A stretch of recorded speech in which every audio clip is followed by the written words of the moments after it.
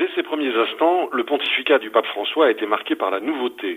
Dès son apparition, le 13 mars, à la loggia de la basilique Saint-Pierre, en simple soutane blanche, il s'est incliné et a demandé au peuple de Rome de prier pour son évêque, provoquant un immense silence sur la place où avaient afflué plus de 500 000 personnes.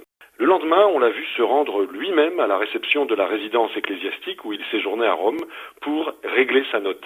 Mais ce ne fut que le début d'une longue série de gestes inattendus qui valurent rapidement au nouveau pape la faveur des médias du monde entier.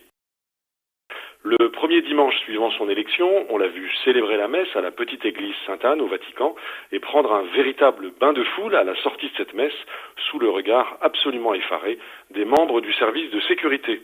Le soir du jeudi saint, il s'est aussi rendu à la prison pour mineurs de Casal del Marmo et là, on l'a vu laver les pieds de 12 jeunes détenus. Ce geste a fait le tour du monde. Chaque matin, à 7 heures, le pape François célèbre la messe à la résidence Sainte-Marthe, là où il habite, toujours au Vatican, mais loin de l'appartement pontifical. Chaque célébration est ainsi l'occasion d'une homélie, brève et avec des mots simples, qui lui permettent de définir, jour après jour, un nouveau visage pour l'Église. Et on voit le pape prier humblement, presque fidèle parmi les fidèles, sur un banc de la chapelle. Depuis 3 mois, les foules ne cessent d'affluer à Rome. Chaque mercredi, pour l'audience générale ou pour les célébrations dominicales, on compte entre 50 000 et 200 000 personnes qui viennent saluer le nouveau pape, lui présenter leurs enfants. Systématiquement, le pape François prend le temps d'étreindre les nombreuses personnes handicapées présentes. Il veut ainsi leur manifester l'amour du Christ pour eux. Même s'il a visiblement le goût des bains de foule, ce pape se situe dans la continuité doctrinale de son prédécesseur Benoît XVI.